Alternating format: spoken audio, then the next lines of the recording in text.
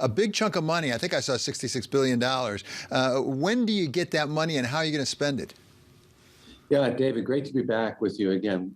And as we were chatting about just a moment ago, we couldn't be more excited about the opportunities for Amtrak and what it means for what the infrastructure bill means for the growth of and the future of intercity passenger rail. I think there are really two key components to the infrastructure bill from our perspective. First, our Northeast Corridor, which is the route from Washington to Boston, and then there are two key spurs off of that in Pennsylvania through to Harrisburg, and then from New Haven up to Springfield, Massachusetts. That 19% of the population of the United States live on that corridor. 70% of that population is within 5 miles of train stations as we think about it. And yet the infrastructure, the underlying infrastructure for that corridor, some of those key components are more than 100 years old. The Baltimore Potomac Tunnel in Baltimore, built in 1873, started service in 1873, and Grant was president. As we move up the corridor, we've got the tunnels, we've got bridges in New Jersey, then the Hudson River Tunnel, East River Tunnel, and then moving, through up into Connecticut, several more tunnels, 120 years old.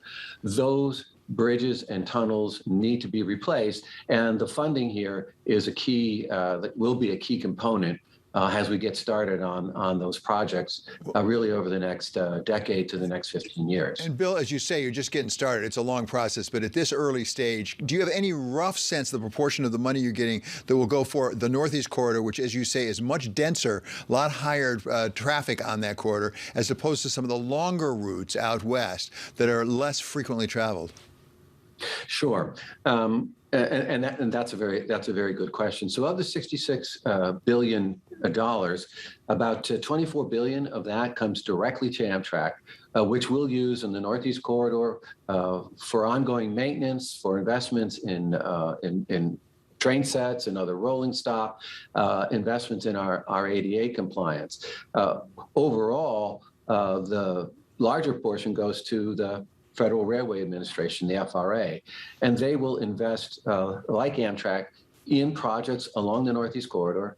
And then again, both Amtrak and the FRA have dollars allocated to what we call the national network, other than the Northeast Corridor, to build out intercity passenger rail. So about $30 billion for the Northeast Corridor between the two different sets of money, $24 billion for the Northeast Corridor, and then another $8 billion, which will go for grants and for safety, to include freight rail as well. This is a lot of money, but I suspect it's never enough to really do everything you'd like to do. Talk about the Northeast Corridor. I use Amtrak going to Washington. How much of this will be just trying to get the maintenance back up to where we should have been? How much will it be to actually improve the service, make it faster, make it more comfortable? So about $6 billion will be maintenance catch-up, and that'll be coming through Amtrak along with rolling stock and vehicles. And then the $24 billion will be on moving forward with key infrastructure on bridges and tunnels, as I've discussed, David. And everybody in New York, around about New York, wants to know what the Gateway Project, the tunnels under the Hudson River. Where are you on that? When do you hope to start on that, and when will it be done? Yeah, so the Gateway Project, it's about the 10 miles kind of just west of, in New Jersey, just west of the Hudson River Tunnel and leading in. So the first project there is the Portal North Bridge, and you would have seen an announcement from New Jersey Transit and Amtrak, where we have now issued the contracts to begin the construction of the new Portal North Bridge. That'll be starting this year. There are several other bridges leading into the Hudson River Tunnel. The Hudson River Tunnel is a 15-year project from where we are today, moving through all the approvals. We required capacity and properties in New York, but that is going to be a long-life project, but we got to get started. And the funding here really catalyzes that from our perspective. And talk to us about the coronavirus for a moment and what effect it's had on your business. First of all, how far down are you in your passenger traffic? Let's take Northeast Corridor right now from where you were. And when do you expect, if ever, to be back up to pre-pandemic levels? So in April of 2020, we were down 97%. We were carrying about 3,000 passengers a day across our entire system. Where we are today, about 70% recovery, David, and it's a little bit higher rate of recovery actually in our long distance services. We're in the mid 60s in terms of our Northeast corridor. So from 95,000 passengers a day, we're in the 65,000 passengers a day. We're getting ready for Thanksgiving, which will be our period of greatest demand. I expect a good rate of recovery for that. But as we're looking into 2022, we expect to exit that year or next year somewhere in the 75 to 80% of what I would call the pre-pandemic rate. What we're paying close attention to is the recovery of business travel. Prior to the pandemic, if you think about our Acela service that you probably use between New York and DC, we were about 15% of our ridership overall in the corridor was business. The Acela was largely business. Today, we're about 5 or 6% of our passenger ridership on the corridor is business.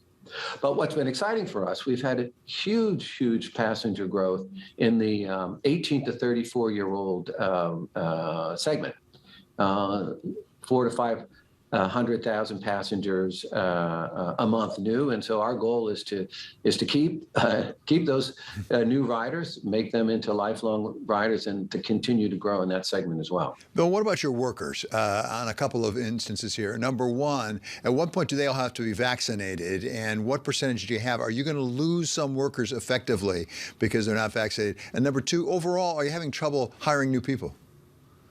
So we have a vaccine mandate in place. We're covered under the executive order as a federal contractor. So December 8th is the date that we must be compliant by. Today, just looking at the numbers today, in terms of our available workers, we're workers reporting at least one vaccination. We're at about 93%. Workers fully vaccinated, we're at 85%, and we're continuing to reach out to our colleagues here who haven't yet been vaccinated to become so, and for those who've taken their first shot in a 2-shot protocol to get that completed. So we're feeling better than we were, I can say, a few months ago. We talked about the mandate, implemented a mandate back in August. At the time, we were only 48% vaccinated. So from our view, mandates do work. As I said, we're more than double that. In terms of losing employees, that's not our goal. Our goal is to have people healthy and safe. And yes, we've got hiring goals and expectations we need to meet. We hired about 2,400 people in our fiscal year 2021. Some of those, frankly, were people coming back from furloughs.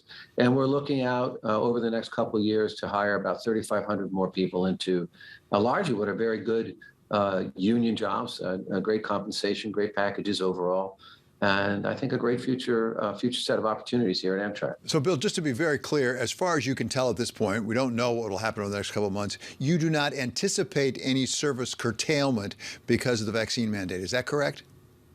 Yes, that's correct. We may have some service adjustments, David. For example, in the 6 a.m. hour out of New York, we have 3 trains going to Washington. Could it be that on one day or another we might have 2? That could happen. But in terms of the peak travel hours of the day, we expect our service to be fully operational. And finally, that Bill, 92% level really, empowers that. Yeah, it sounds very impressive. Bill, finally, what about the passengers? You're having difficulties with people wearing masks like we've seen on the airlines. And by the way, would you ever consider a vaccine mandate for passengers?